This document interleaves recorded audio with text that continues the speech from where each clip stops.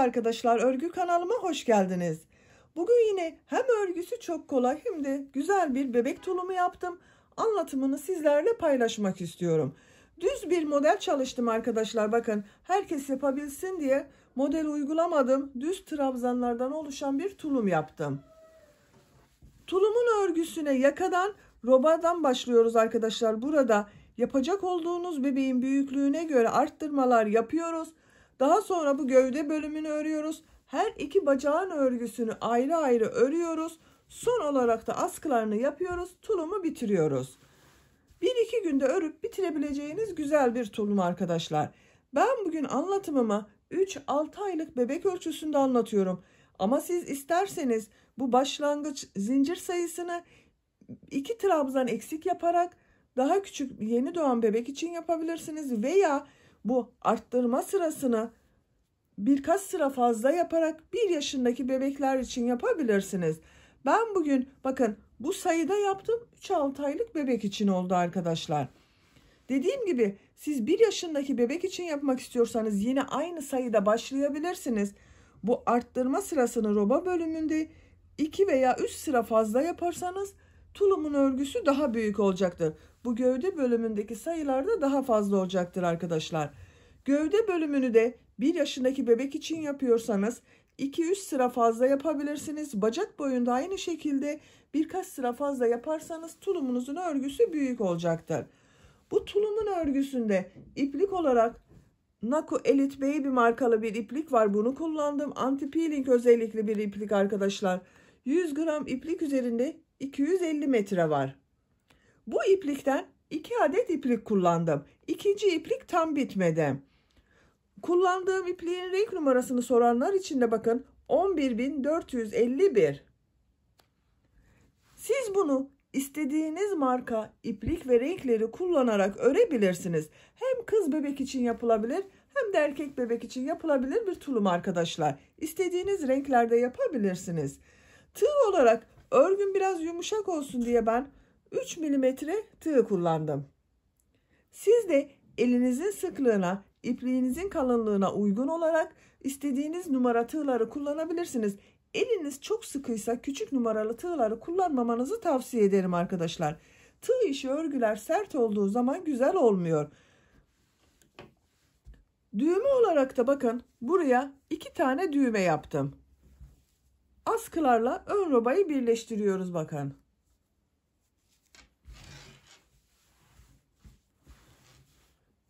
Ölçülerini de size söylüyorum. Başlamadan önce fikriniz olsun. Kol altının buradan bakın gövde genişliğini ölçüyorum. 24 santimetre. En geniş yerden buradan gövde genişliğini ölçüyorum. 27 santimetre. Yüksekliğini ölçüyorum.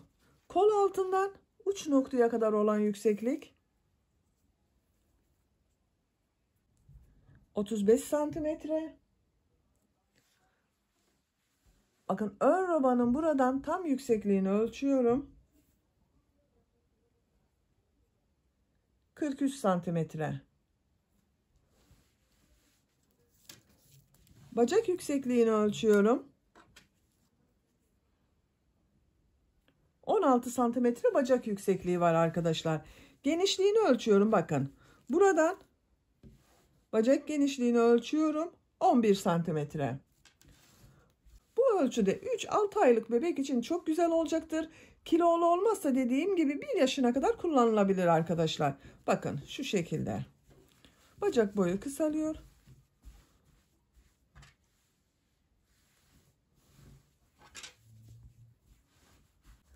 Malzemelerini söyledim. Ölçülerini verdim arkadaşlar. Hazırsanız bu kolay ve güzel tulumun örgüsüne başlayalım. Örgü kanalıma abone değilseniz abone olmayı unutmayın lütfen. Örgü kanalıma abone olmak ücretsiz. Örgü kanalıma ücretsiz abone olup orada bulunan zil şeklinde dokunarak açık yaparsanız kanalıma video yüklediğim zaman ilk önce size bildirim gelir. Örgülerimden herkesten önce sizin haberiniz olur. İzlediğiniz videolarıma beğeni ve yorumlarınızı da yaparsanız çok sevinirim arkadaşlar. Hepinize kolay gelsin. İyi çalışmalar.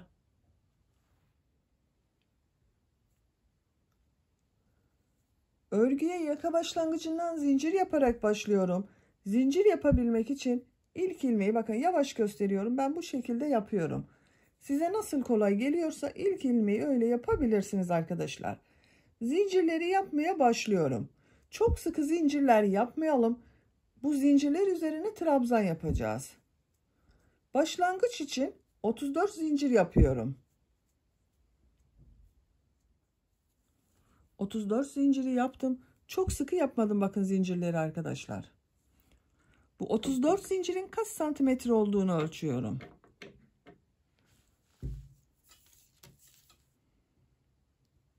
Şu şekilde ölçtüğüm zaman 14 santimetre zincir uzunluğu var. Benim elimin sıklığına göre 14 santimetre için 34 zincir yaptım. Sizin eliniz çok sıkıysa 14 santim olasıya kadar zincir yapın arkadaşlar.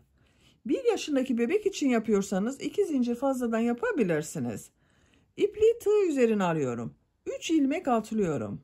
1, 2, 3, 4. ilmek içine trabzan yapıyorum. Trabzan sırası yapıyoruz.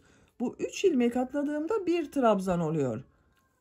Diğer zincirler üzerine de trabzan yaparak devam ediyorum. Her zincir üzerine bir trabzan yapıyorum.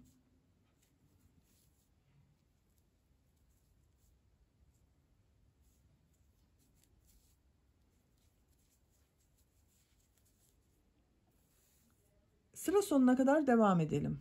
Sıra sonuna kadar zincirler üzerine trabzanları yaptım. Bakın bu şekilde bir sıra trabzan elde ettim arkadaşlar. Bir sırada toplam 31 trabzan var.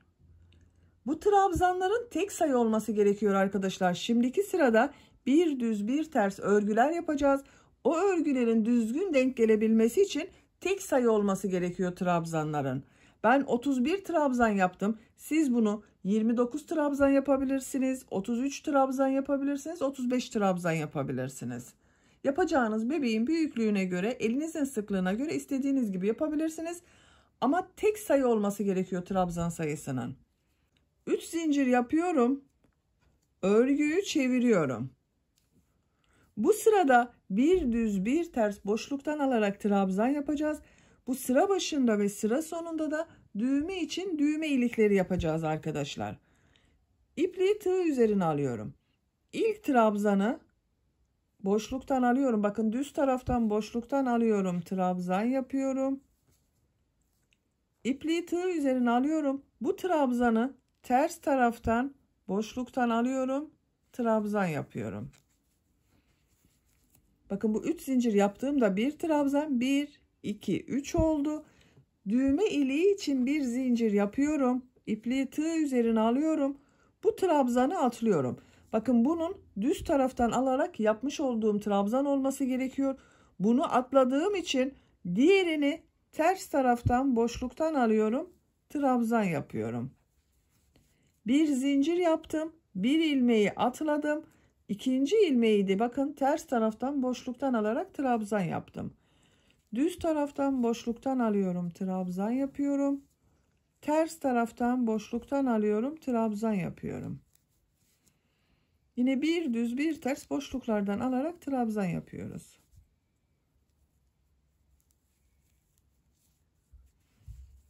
Çok sıkı yapmayalım bu boşluktan alarak yaptığımız trabzanları da arkadaşlar. Çok sıkı yapmazsanız tığ işi örgüleriniz daha düzgün ve daha güzel görünür. Görüntüsü böyle, bakın örgünün düz tarafının görüntüsü böyle, düğme iliğinin yeri de böyle arkadaşlar.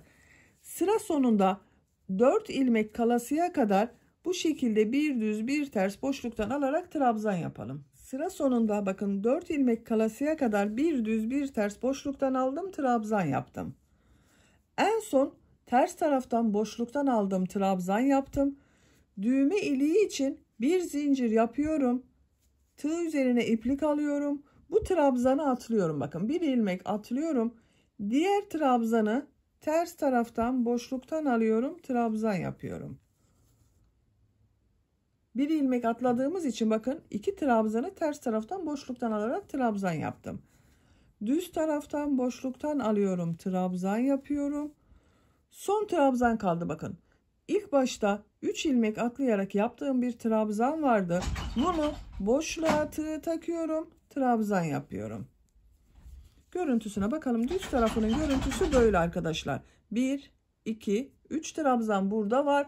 Düğme iliğinden sonra burada da aynı şekilde 1, 2, 3 trabzan var bakın. 3 zincir yapıyorum. Örgüyü çeviriyorum. Bu sırada trabzanları nasıl görüyorsam o şekilde boşluktan alarak trabzan yapıyorum. İlk trabzanı ters tarafta görüyorum. Ters taraftan boşluktan alıp trabzan yapıyorum. Düz tarafta görüyorum. Düz taraftan boşluktan alıyorum. Trabzan yapıyorum. Bakın düğme iliği yaptığım yere geldim. Tığın üzerine iplik alıyorum. Bu bir zincirin üzerine bir trabzan yapıyorum. İpliği tığ üzerine alıyorum. Nasıl görüyorsam o şekilde boşluktan alarak trabzan yapıyorum. Bakın bir düz bir ters boşluktan alarak trabzan yapıyorum. Düğme deliğinin yeri bakın bu şekilde belli oldu arkadaşlar. Bu düğme iliğine kadar devam edelim. Diğer düğme iliği yaptığım yere kadar bakın bir düz bir ters boşluklardan aldım, trabzan yaptım.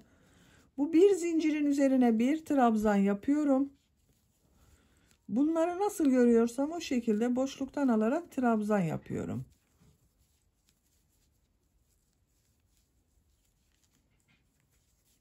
Son trabzanı bakın 3 zincir yaptığım trabzanı boşluktan alıyorum, trabzan yapıyorum. Yakanın lastik örgüsünü burada tamamladım arkadaşlar. Buradan itibaren bu sıra başında ve sıra sonunda 7 trabzanı nasıl görüyorsam o şekilde boşluktan alıp trabzan yapacağız. Ortada bulunan bölümü düz trabzan şeklinde yapacağız. Bakın. Bu bir düz bir ters boşluktan aldığımız için biraz çekme yaptı bakın. Burada kaç santimetre olduğunu ölçüyorum. Siz bazen ölçü istiyorsunuz, ölçmüyorsunuz diyerek. Bakın ölçtüğüm zaman 13 santimetre yaka genişliği var arkadaşlar. 3 zincir yapıyorum. Örgüyü çeviriyorum. İlk 7 trabzanı nasıl görüyorsam o şekilde boşluktan alarak trabzan yapıyorum. Bakın bu da bir trabzan bir. Bunu düz tarafta görüyorum. Düz taraftan boşluktan alıyorum. Trabzan yapıyorum. 2.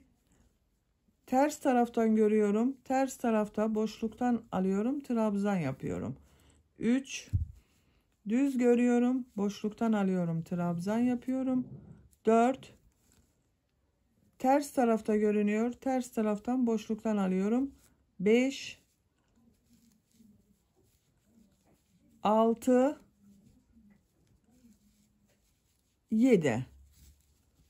Bakın ilk 7 trabzanı nasıl görüyorsam o şekilde boşluktan alarak trabzan yaptım. Buradan itibaren düz trabzanlar yapacağız. Örgünün düz tarafı bakın burası arkadaşlar. Şuradan belli bakın. Burası düzgün görünüyor. Burası ters görünüyor. Düz tarafı burası olduğu için bakın bu örgüyü burada bırakıyorum. İpliği tığ üzerine alıyorum. Trabzan sırası yapacağız. Buradan itibaren bakın şu trabzanların üzerine trabzan yapacağız. Burada bir arttırma yapıyorum. Bu boşluğa bakın. Bir trabzan yapıyorum. Arttırma trabzanı yaptım. Diğer ilmeklere birer defa trabzan yapıyorum. Üzerine bakın trabzan yapıyorum arkadaşlar. Artık boşluktan almıyorum. İlmekler üzerine trabzan yapıyorum.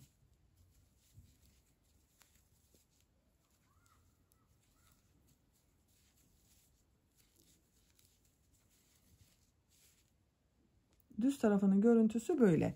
Sıra sonunda 7 trabzan kalasıya kadar devam edelim. Sıra sonunda 7 ilmek kalasıya kadar düz trabzanları yaptım. Bakın düz tarafının görüntüsü böyle. Burada 1, 2, 3, 4, 5, 6, 7 bakın. 7 trabzan var. Burada tekrar bir arttırma yapıyorum. Burada arttırma yaptım, bir arttırma trabzanı. Buraya da aynı şekilde boşluktan bir arttırma trabzanı yapıyorum. Bu 7 trabzanı nasıl görüyorsam o şekilde boşluktan alarak trabzan yapıyorum. Bakın bu ters tarafta görünüyor. Ters taraftan boşluktan alıyorum, trabzan yapıyorum. Düz tarafta görünüyor. Düz taraftan boşluktan alıyorum. Trabzan yapıyorum. Gördüğüm gibi boşluktan alarak trabzan yapıyorum. 7 trabzan var arkadaşlar sıra başında ve sıra sonunda. Bak, son trabzanda boşluktan aldım, trabzan yaptım. Örgünün düz tarafından bakalım. Bu şekilde bakın. 3 zincir yapıyorum. Örgüyü çeviriyorum. İlk 7 trabzanı nasıl görüyorsam o şekilde boşluktan alarak trabzan yapıyorum.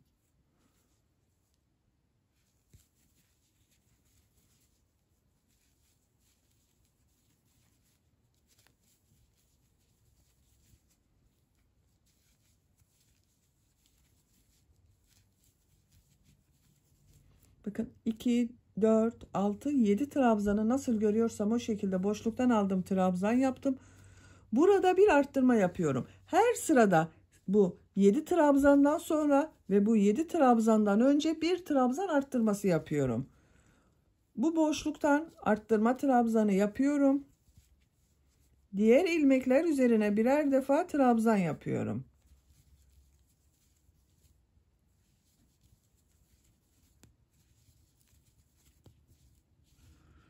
Arttırma yapacağımız buraya kadar devam edelim. Düz trabzanlar yaparak bu boşluktan alarak yaptığım trabzana kadar tamamladım. Burada bakın 2 trabzan arasında bulunan boşluğa bir arttırma trabzanı yapıyorum. Diğer 7 trabzanı nasıl görüyorsam o şekilde boşluktan alarak trabzan yapıyorum.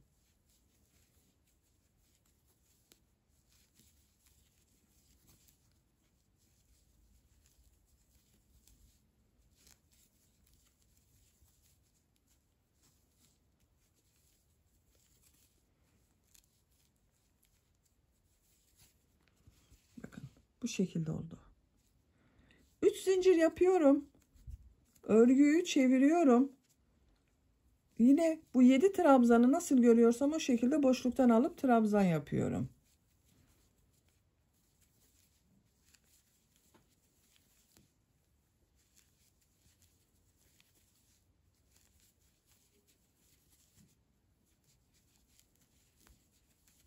Yedi trabzanı boşluktan alarak trabzan yaptım. Burada bakın 2 trabzan arasında bir arttırma yapıyorum. Diğer ilmekler üzerine birer defa trabzan yapıyorum.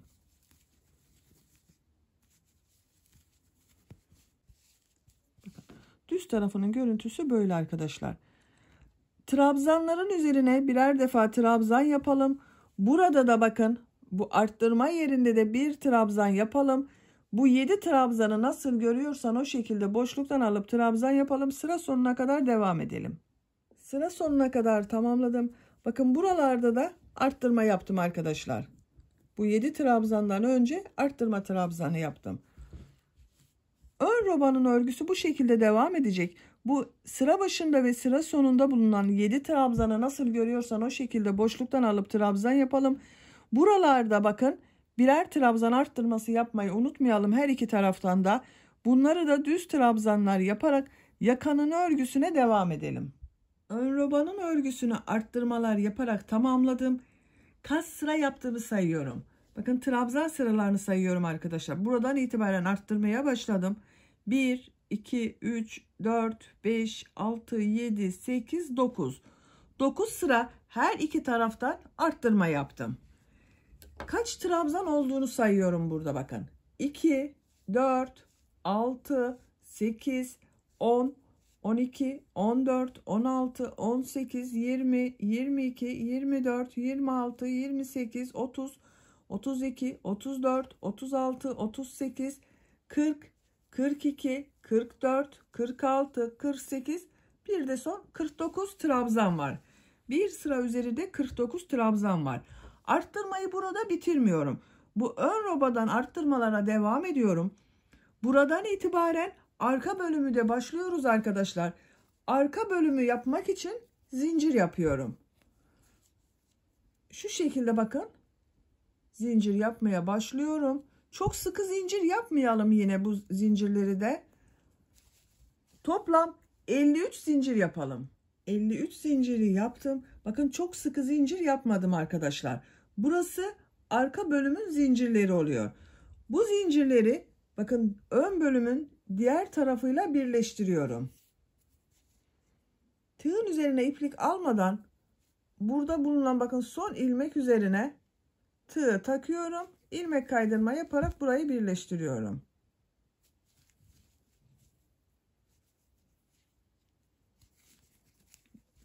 Bakın bu şekilde oldu. Şimdi bu zincirler üzerine trabzanlar yapacağız. 2 zincir yapıyorum. Örgüyü çeviriyorum. Bakın örgüyü çeviriyorum. Bu şekilde devam edersem bu ön bölümün görüntüsü farklı olur. Onun için ilk önce zincirler üzerine trabzan yapıyorum. Bu ilk zincir üzerine trabzan yapıyorum. Diğer zincirler üzerine de birer defa trabzan yapıyorum. Her zincir üzerine bir trabzan yapıyorum.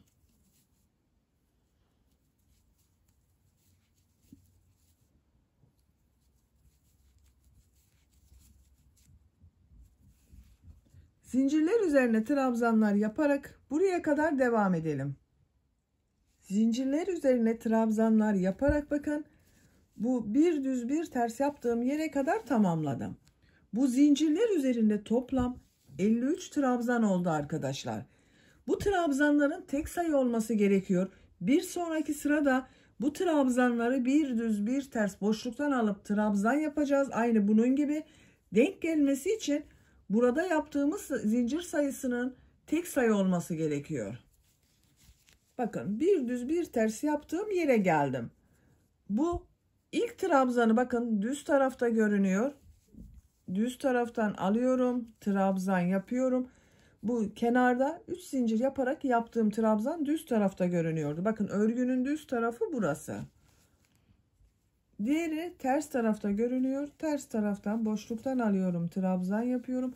Nasıl görüyorsam o şekilde boşluktan alarak trabzan yapıyorum.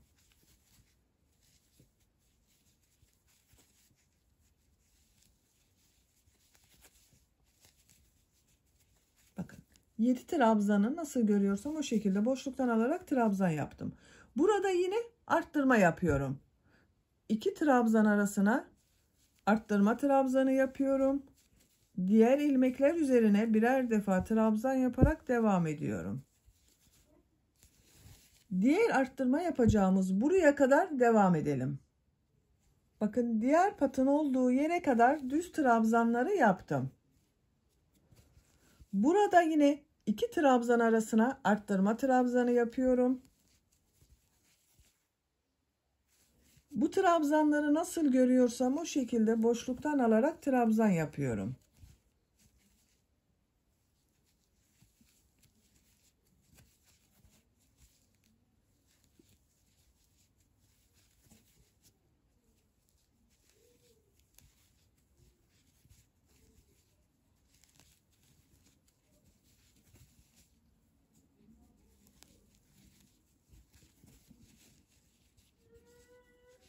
Bakın bu son trabzanı boşluktan almıyorum. Burada 2 zincir yapmıştım arkadaşlar. Bu 2 zincirin olduğu yer bu trabzan oluyor. Onu şu ilmeğe tığ takıyorum. İlmek kaydırma yaparak sırayı birleştiriyorum. 2 zincir yapıyorum. Örgüyü çeviriyorum. Trabzanları nasıl görüyorsam o şekilde boşluktan alarak trabzan yapıyorum.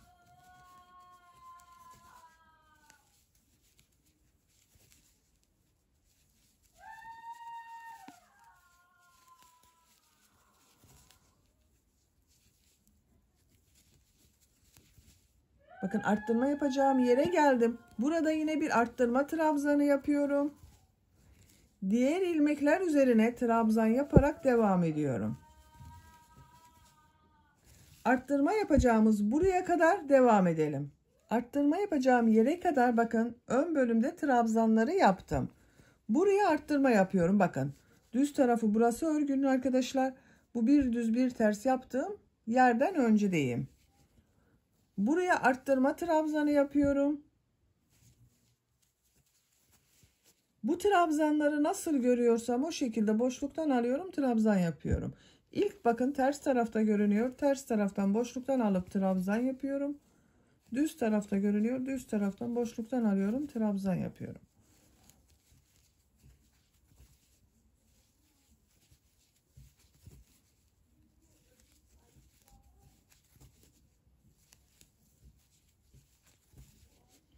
Bakın son boşluktan aldığım trabzanı da yaptım. Şöyle baktığımız zaman arkadaşlar bakın şu şekilde. Düz tarafı burası. Trabzan yaptığım yere geldim. Zincirler üzerine trabzan yaptım. Oradayım. Bakın bu trabzanı ters taraftan boşluktan aldım. Trabzan yapıyorum. Burada zincirin üzerinde bulunan ilk trabzanı düz taraftan boşluktan alıyorum. Trabzan yapıyorum. Hiç sıralamayı bozmadım bakın. Ters taraftan boşluktan alıyorum, trabzan yapıyorum. Bir düz bir ters boşluklardan alarak trabzan yapıyoruz.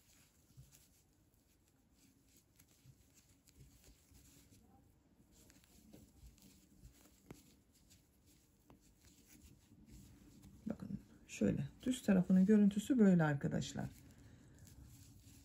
Bu trabzanları bir düz bir ters boşluktan alıp trabzan yaparak bu sıra sonuna kadar devam edelim. Trabzanları bir düz bir ters boşluktan aldım, trabzan yaptım, sıra sonuna kadar tamamladım. Bakın bu şekilde bir görüntü oldu arkadaşlar. En son ilmeği bakın düz taraftan boşluktan aldım, trabzan yaptım. Bu ilmek ile bakın bu ön patta yaptığım bu ilmeği zincir boşluğuna tığ takıyorum, ilmek aldım, ilmek kaydırma yaparak sırayı birleştirdim. 2 zincir yapıyorum, örgüyü çeviriyorum. Bakın burada da sıralama bozulmadı arkadaşlar. Bir düz bir ters görüntüsü oldu. Nasıl görüyorsam o şekilde boşluktan alarak trabzan yapıyorum. Bakın bunu ters tarafta görüyorum. Ters taraftan boşluktan alıyorum, trabzan yapıyorum. Düz tarafta görüyorum. Boşluktan alıyorum, trabzan yapıyorum.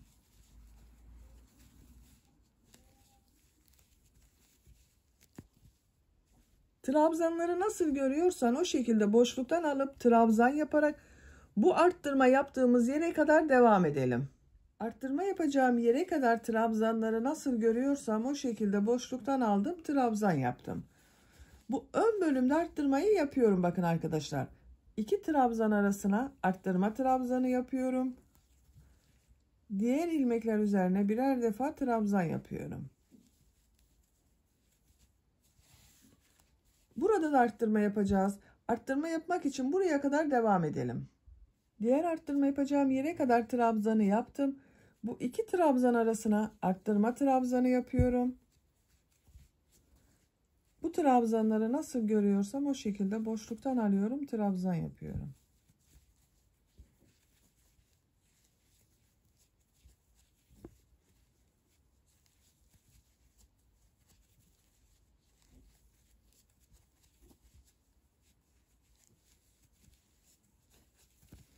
Bakın son trabzanı da burada 3 zincir yaptığım bir yer var. İlmek kaydırma yaparak orayla birleştiriyorum. İpliği burada kesiyorum arkadaşlar.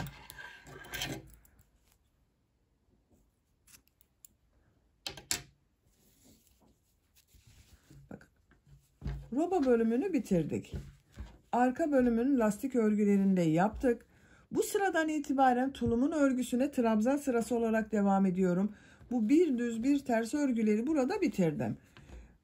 Bu birleştirme yaptığımız yerlerin daha düzgün görünebilmesi için buranın orta noktasından başlıyorum arkadaşlar. Arka bölümün orta noktasından başlıyorum. Bakın sayıyorum. Kaç tane? 2, 4, 6, 8, 10, 12, 14, 16, 18, 20, 22, 24, 26 tane düz görünümlü trabzan var. 13 bir tarafta, 13 bir tarafta olacak. Buradan sayıyorum 13 tane. 1, 2, 3, 4, 5, 6, 7, 8, 9, 10, 11, 12, 13. Bakın buraya bir işaret takıyorum.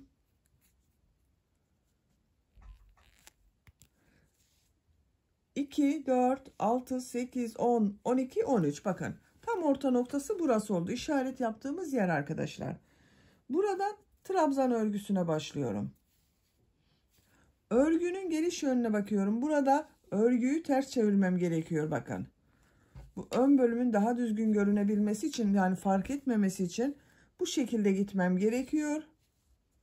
Buradan başlıyorum. Bu işaret yaptığım yerden ipliği bir defa bağlıyorum.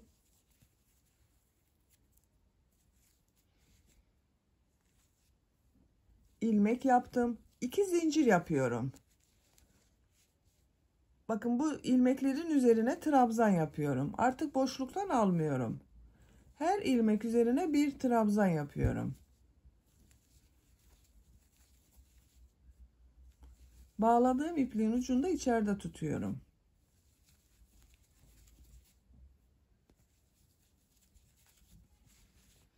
Bakın görüntüsü böyle arkadaşlar. Her ilmek üzerine birer defa trabzan yaparak sıra sonuna kadar devam edelim. Sıra sonuna kadar trabzanları yaptım. Son ilmek ile burada yaptığım ilk ilmeği ilmek kaydırma yaparak sırayı birleştiriyorum. 2 zincir yapıyorum. Örgüyü çeviriyorum. Bakın bir sıra trabzan sırası yaptık arkadaşlar. Bu bir sıra üzerinde benim toplam 108 trabzan var.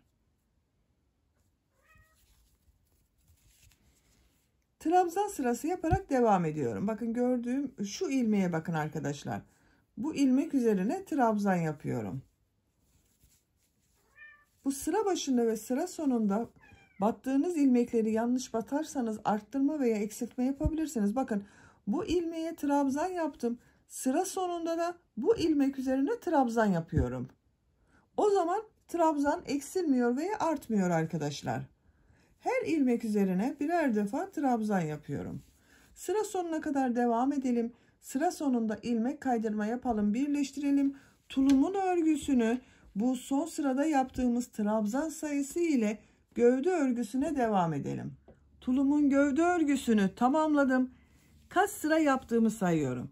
Bakın bu bir düz bir ters örgülerden sonra 1, 2, 3, 4, 5, 6, 7, 8, 9, 10, 11, 12, 13, 14, 15, 16, 17, 18 sıra oldu.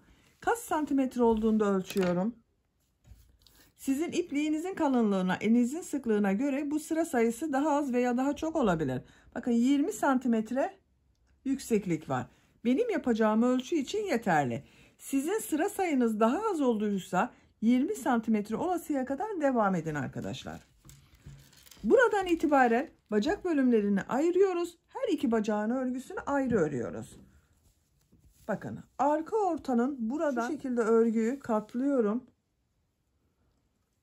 Diğer orta bakın ön ortaya bir işaret yapıyorum.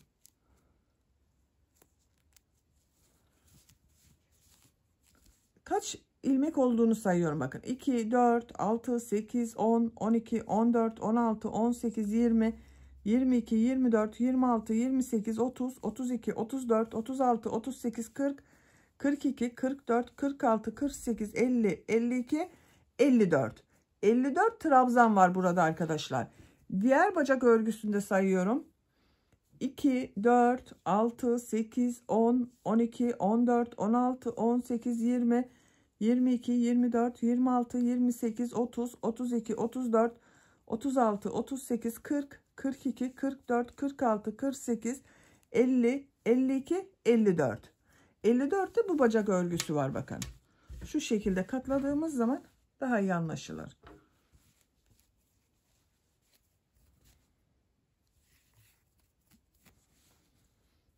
Bu ilmeğe tığ takıyorum. Karşıdan da bakın işaret yaptığım şu ilmeğe tığ taktım. İlmek kaydırması yapıyorum. Burayı birleştiriyorum. Bakın orta noktadan birleştirdim. 2 zincir yapıyorum. Örgüyü çeviriyorum. Örgünün gelişine bakıyorum arkadaşlar. Bakın şu şekilde gitmem gerekiyor. İpliği tığ üzerine alıyorum. Bu ilk ilmek üzerine trabzan yapıyorum. Yine trabzanlar yapıyoruz. Diğer ilmekler üzerine de trabzan yapıyorum.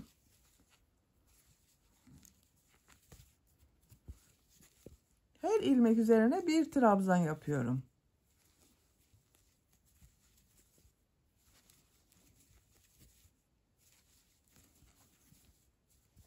Sıra sonuna kadar devam edelim. Bacak çevresinde trabzanlar yaparak başladığım yere kadar tamamladım bakın arkadaşlar. Son ilmek ile burada bakın 2 zincir yaparak yaptığım bir ilmek var. Bunu ilmek kaydırma yaparak sırayı birleştiriyorum. Bakın bacak örgüsünün görüntüsü böyle. 2 zincir yapıyorum. Örgüyü çeviriyorum. Bakın örgünün düz tarafındayım. İlk ilmek üzerine trabzan yapıyorum. Diğer ilmekleri de trabzan yaparak devam ediyorum. Sıra sonuna kadar devam edelim. Sıra sonuna kadar trabzanları yaptım. Sıra sonunda 2 ilmek var bakın arkadaşlar. Bu 2 ilmeği birlikte yaparak tek ilmek yapıyorum. Tığ üzerine iplik alıyorum. Trabzan yapıyor gibi bakın ilmek aldım. 2 ilmekten çektim. Tığ üzerinde 2 ilmek var. Tekrar tığ üzerine iplik alıyorum. Son ilmekten iplik alıyorum. 2 ilmekten bakın çıkardım. Tığ üzerinde 3 ilmek var. Hepsinin içinden bir defada çekiyorum. 2 trabzanı tek ilmek şeklinde yaptık. Burada bir kesme yaptım. Bu son ilmek ile ilk yaptığım bu ilmeği ilmek kaydırma yaparak sırayı birleştiriyorum. Bakın. Burada bir kesme yaptım. 2 zincir yapıyorum. Örgüyü çeviriyorum. Bacak örgüsünde de gövdede yaptığımız gibi örgüyü çevirerek örüyoruz arkadaşlar. Çevirmeden düz devam ederseniz görüntü farklı olur. Buranın örgüsüyle bacak örgüsünün görüntüsü farklı olur. İlk ilmek üzerine trabzan yapıyorum. Diğer ilmekleri de trabzan yaparak devam ediyorum. Bu bir sırada toplam 53 trabzan oldu arkadaşlar. İlk başlangıçta 54 trabzan vardı. Burada bir kesme yaptım. Bir sırada 53 trabzan var. Sıra sonuna kadar trabzan yaparak devam edelim. Sıra sonunda 2 ilmek kalasıya kadar trabzanları yaptım. Bu 2 ilmeği yapmadım. Bunları birlikte yaparak kesme yapacağız arkadaşlar. Bakın trabzan yapıyor gibi çektim. İlmek aldım. İkisinden çıkardım. Bekletiyorum. Tekrar tığ üzerine iplik alıyorum. Bu son ilmekten bakın. İlmek aldım. Çıkardım. Bekletiyorum. 3 ilmek var. 3'ün içinden bir defa da çekiyorum. 2 trabzan yapıyor gibi yaptım. Bakın burada bir ilmek oldu. Son ilmek ile ilk ilmeği ilmek kaydırma yaparak birleştiriyorum. Kesmeleri hep sıra sonlarında yapıyorum. Bakın her sırada bir ilmek kesmesi yapıyorum arkadaşlar. 2 zincir yapıyorum. Örgüyü çeviriyorum. Bu bir sıra üzerinde 52 ilmek oldu. Bu kesme yaptığım bakın 2 trabzanın üzerinde bir ilmek var. Bunun üzerine trabzan yapıyorum. Diğer ilmekler üzerine de trabzan yaparak devam ediyorum. Sıra sonunda yine kesme yapacağız. Bu 2 ilmek kalasıya kadar devam edelim. Sıra sonunda 2 ilmek kalasıya kadar bakın trabzanları yaptım. Bakın bu 2 ilmek kaldı arkadaşlar. Bu ve bu. Bunu birlikte yapıyorum. Kesme yapıyorum bir tane. Son ilmekten de trabzan yapıyor gibi aldım. Bakın tığ üzerinde 3 ilmek var. 3'ün içinden bir defa da çekiyorum. Tek ilmek oldu. Son ilmek ile ilk ilmeği ilmek kaydırma yaparak sırayı birleştiriyorum. Bu bir sırada toplam 51 ilmek var arkadaşlar. Kesme yaptık. 51 ilmek oldu. 2 zincir yapıyorum. Örgüyü çeviriyorum. Bakın bu kesme yaptığım ilmek var. Bakın 2 trabzanın üzerinde bundan başlıyorum. İlk trabzanı yapıyorum. Diğer ilmekler üzerine de trabzan yaparak devam ediyorum. Sıra sonunda yine kesme yapacağız. Burada bu 2 ilmek kalasıya kadar devam edelim. Sıra sonunda bakın 2 ilmek kalasıya kadar trabzanları yaptım. Burada tekrar kesme yapıyorum bakın arkadaşlar.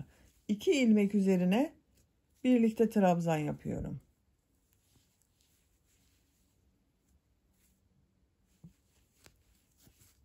Son ilmek ile ilk ilmeği ilmek kaydırma yaparak sırayı birleştiriyorum. Bakın kesmeleri bu sırada bitiriyorum arkadaşlar. Bu bir sırada 50 ilmek var. 50 trabzan olacak üzerine. 2 zincir yapıyorum. Bakın örgüyü çeviriyorum. Bu kesme yaptığım ilmek üzerine trabzan yapıyorum. Diğer ilmekler üzerine de trabzan yaparak devam ediyorum. Bakın, bacak örgüsünün görüntüsü böyle. Her ilmek üzerine birer defa trabzan yaparak sıra sonuna kadar devam edelim. Sıra sonunda kesme yapmayacağız. Son ilmeğe kadar trabzan yapalım arkadaşlar. Sıra sonuna kadar trabzanları yaptım. Bakın son ilmeğe de trabzan yaptım arkadaşlar. Kesme yapmıyorum bu sırada. Bu son ilmek ile ilk ilmeği ilmek kaydırma yaparak sırayı birleştiriyorum. Bu bir sırada toplam 50 trabzan oldu. Artık bacak örgüsü bu 50 trabzan ile devam edecek. 2 zincir yapıyorum. Örgüyü çeviriyorum. Gördüğüm bu ilk trabzanın üzerine trabzan yapıyorum. Diğer ilmekler üzerine de trabzan yaparak devam ediyorum.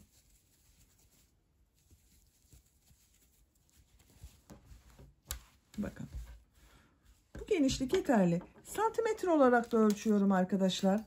Bakın şöyle ölçtüğüm zaman 11 santimetre genişlik var. Bu sayı ile ben bacak örgüsünü devam ediyorum. Şimdi diğer bacak örgüsünde başlayalım. Her iki bacağın örgüsünü birlikte yaparız. Bir yumak iplik bitti bakın arkadaşlar. Bir yumak iplikten bu kaldı. Diğer bacak örgüsünü ikinci yumak iplik ile başlıyorum.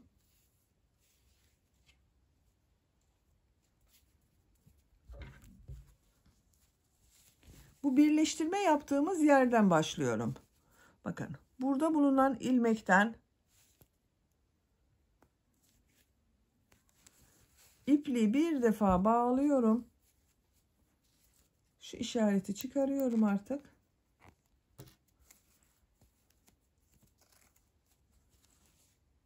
İlmek yapıyorum. 2 zincir yapıyorum. Örgünün gelişine bakıyorum. İç taraftan devam ediyorum. Bu ilk ilmek üzerine trabzan yapıyorum. İpliğin ucunu da içeride tutuyorum. Bağladığım ipliğin ucunu. Şu şekilde bakın.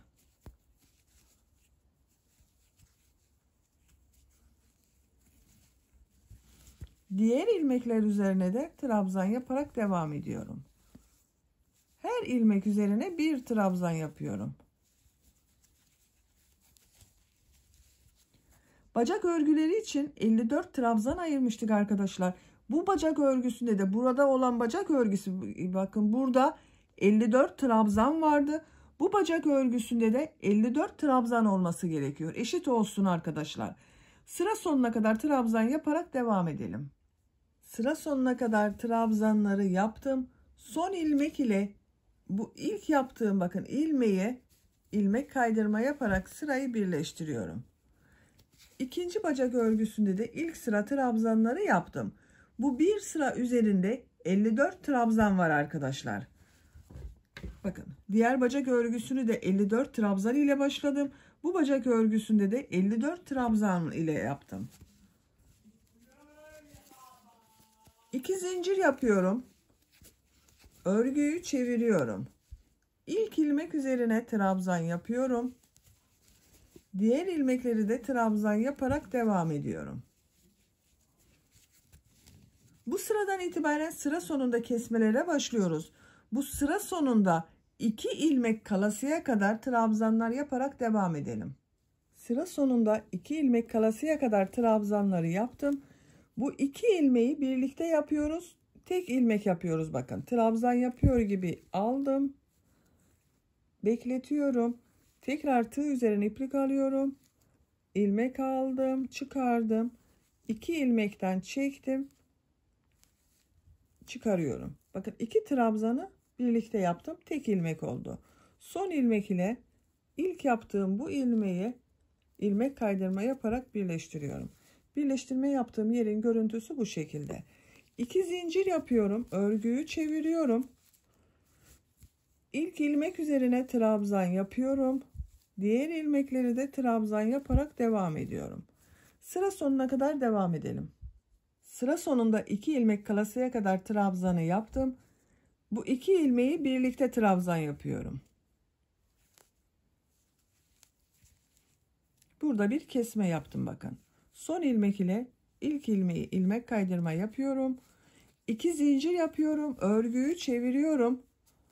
Bu birlikte yaptığım, bakın, ilmeğin üzerine bir trabzan yapıyorum. Diğer ilmekler üzerine de trabzan yaparak devam ediyorum.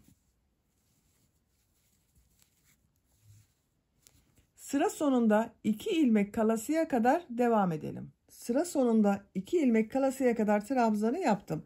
Sıra sonunda tekrar kesme yapıyorum, bakın.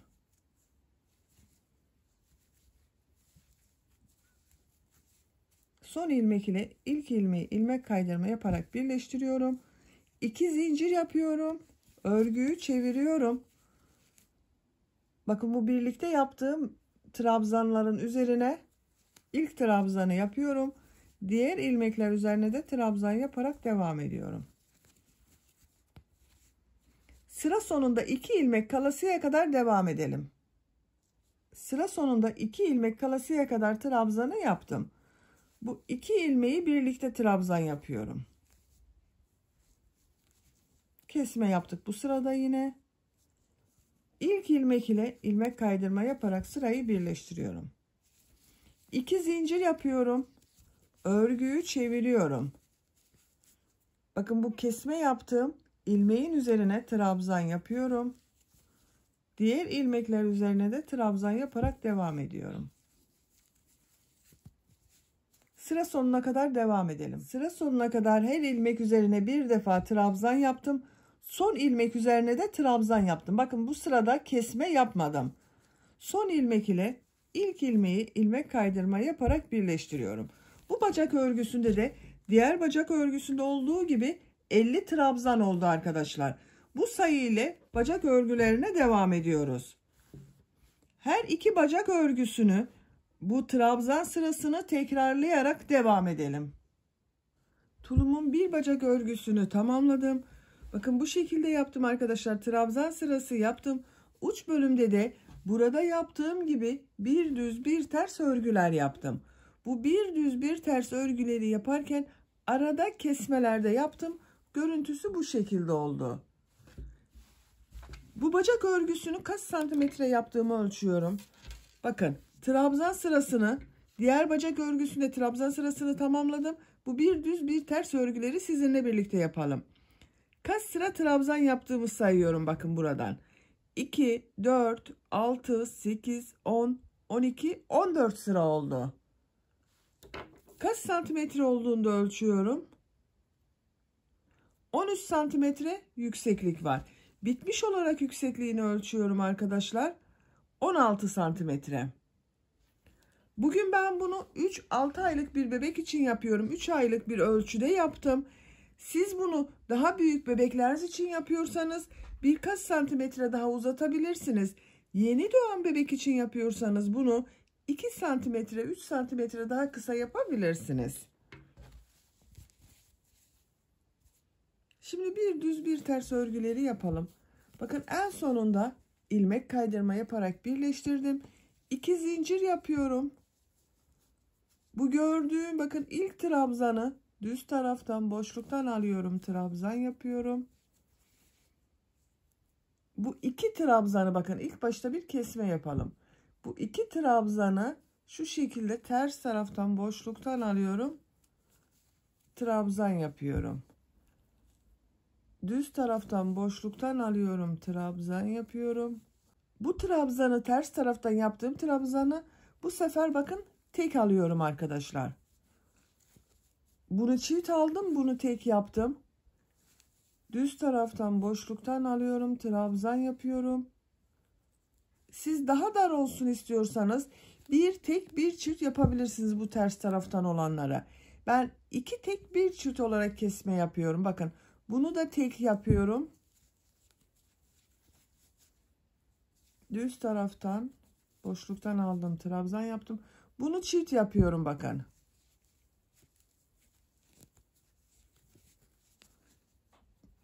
Düz taraftan boşluktan alıyorum, trabzan yapıyorum. Bakın, çift aldım, tek aldım, tek aldım, çift aldım. Bu şekilde devam ediyoruz. Tercihinize göre isterseniz bu ters taraftan bir çift bir tek yapabilirsiniz. Veya benim yaptığım gibi 2 tek alıp üçüncüyü çift olarak yapabilirsiniz. Sıra sonuna kadar devam edelim. Sıra sonuna kadar bir düz bir ters boşluktan alıp trabzan yaptım. Bakın son trabzanı da düz taraftan boşluktan aldım, trabzan yaptım. Sıra başında da bakın düz taraftan boşluktan aldım, trabzan yaptım. Bu ilmek ile ilk yaptığım ilmeği ilmek kaydırma yaparak sırayı birleştiriyorum. Bu 2 zincir yaptığımda ters tarafta görünen trabzan oldu arkadaşlar. Bakın bacak örgüsünde aralarda kesmeler yaptım. Biraz topladı, bakın bu şekilde oldu görüntüsü. 2 zincir yapıyorum.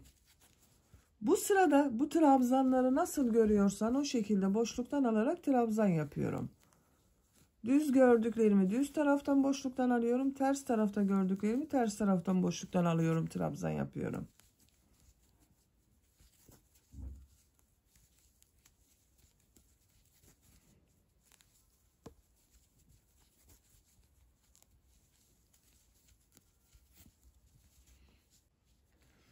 Bu şekilde sıra sonuna kadar devam edelim. Sıra sonunda ilmek kaydırma yapalım, birleştirelim. Bir sonraki sırada yine nasıl görüyorsan o şekilde boşluktan alalım, trabzan yapalım.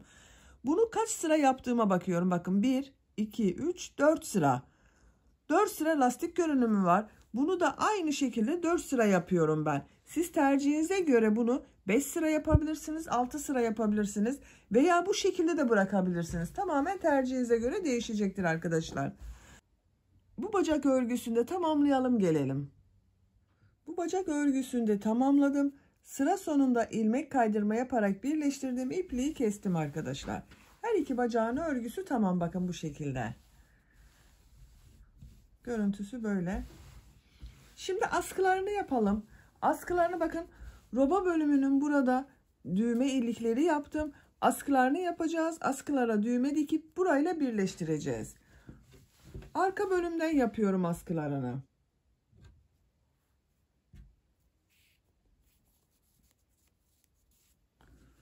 Bakın orta noktası, bu birleştirme yaptığım yer vardı. Bakın burada, burası bakın orta nokta. Buradan sayıyorum. 1, 2, 3. Bakın 3 tane kabarık görünümlü düz taraftan aldığım trabzanları sayıyorum. Bu dördüncünün buradan ipliği bir defa bağlıyorum.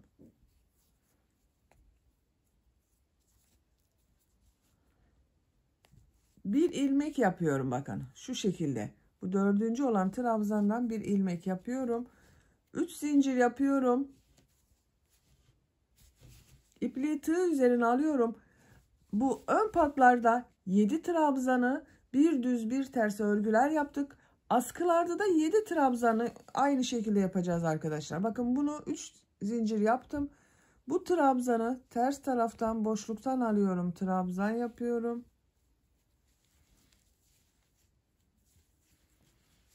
Düz taraftan boşluktan alıyorum. Trabzan yapıyorum. Ters taraftan boşluktan alıyorum. Trabzan yapıyorum.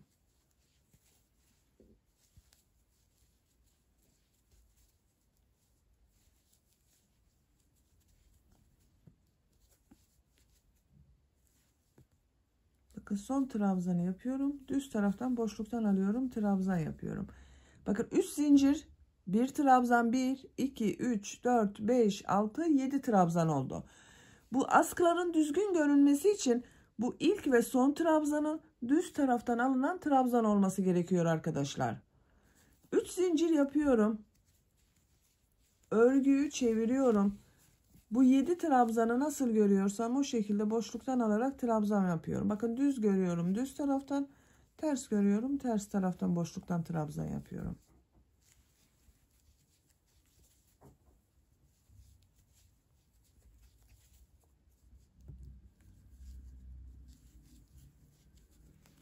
Son trabzanda bu 3 zincir yaptığım bir trabzan var. Boşluğa tığ takıyorum. Trabzan yapıyorum. 3 zincir yapıyorum. Örgüyü çeviriyorum. Yine nasıl görüyorsam o şekilde boşluktan alarak trabzan yapıyorum.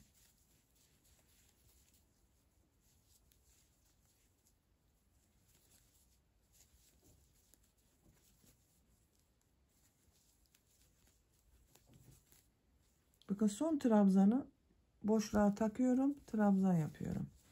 Bakın Bu askının örgüsü bu şekilde devam edecek arkadaşlar. Şimdi diğer askıyı da başlayalım. İki askının örgüsünü birlikte yaparız.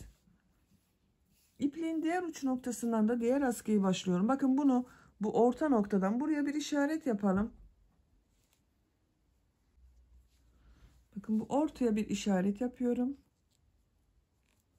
Şaşıran arkadaşlar olabilir diye bakın bu işaretten sonra 1 2 3 düz görünümlü atladım. Dördüncüden askıyı başladım. Buradan da sayıyorum arkadaşlar, bakın 1 2 3 buradan askıyı başlıyorum. Askıyı 1 2 3 4 5 6 7 bakın buradan ipliği bağlıyorum.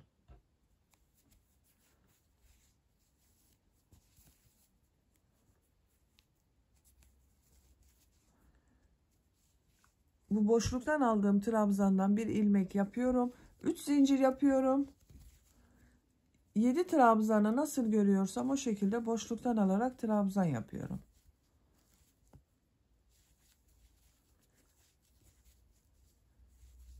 Yedi trabzan diyorum arkadaşlar. Bu 3 zincir yaptığımda bir trabzan, onunla birlikte 7.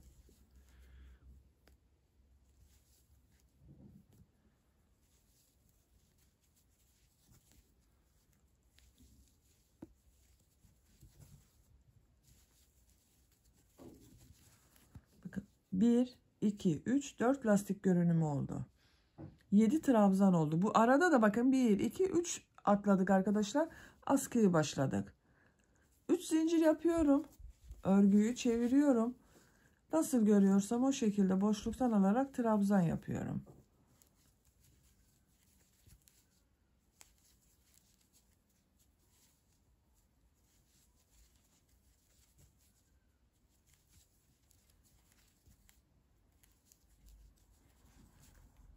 Üç zincir yapıyorum. Örgüyü çeviriyorum.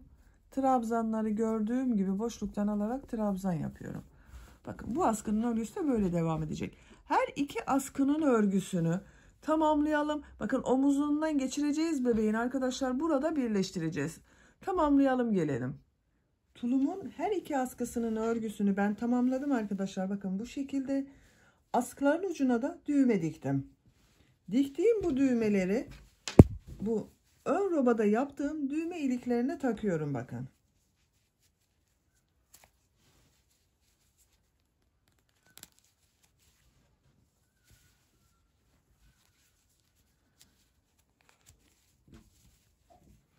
Bu şekilde. Arka görüntüsüne bakalım. Arka görüntüsü de böyle oldu. Artık tulum giyilmeye hazır gördüğünüz gibi.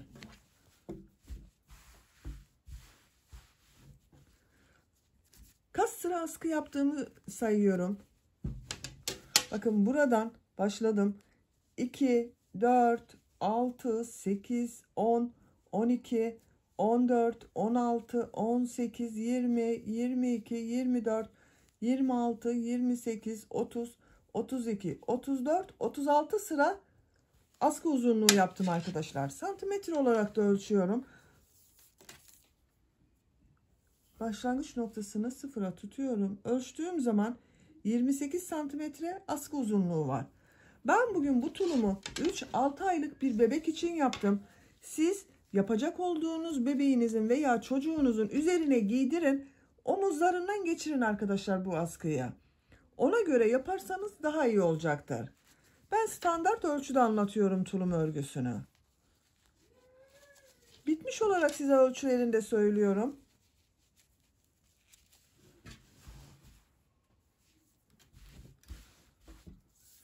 Bakın buradan genişliğini ölçüyorum.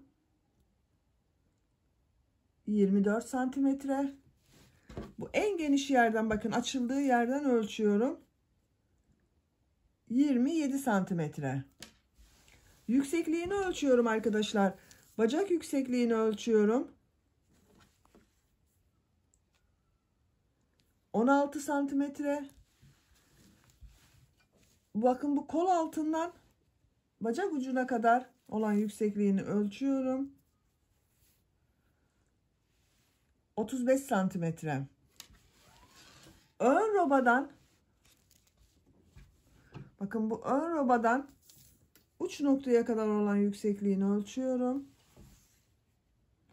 43 santimetre. Ben bugün dediğim gibi 3-6 aylık bir bebek için yaptım. Ama bebeğiniz çok kilolu olmazsa 1 yaşına kadar kullanılabilir arkadaşlar. Yeni doğan bebek için de kullanılabilir. İlk günler kullanılmaz. 1. ayından itibaren kullanabilirsiniz. Bakın şu şekilde geriye bükerek kullanabilirsiniz arkadaşlar. Bacak boyu kısalıyor. Diğer yerlerde bir sorun olmayacaktır. Bakın. Böylece bir örgü anlatımının da sonuna gelmiş oldum. Beni dinlediğiniz ve izlediğiniz için hepinize çok teşekkür ederim. Örgü kanalıma abone değilseniz abone olmayı unutmayın lütfen. Örgü kanalıma abone olmak ücretsiz.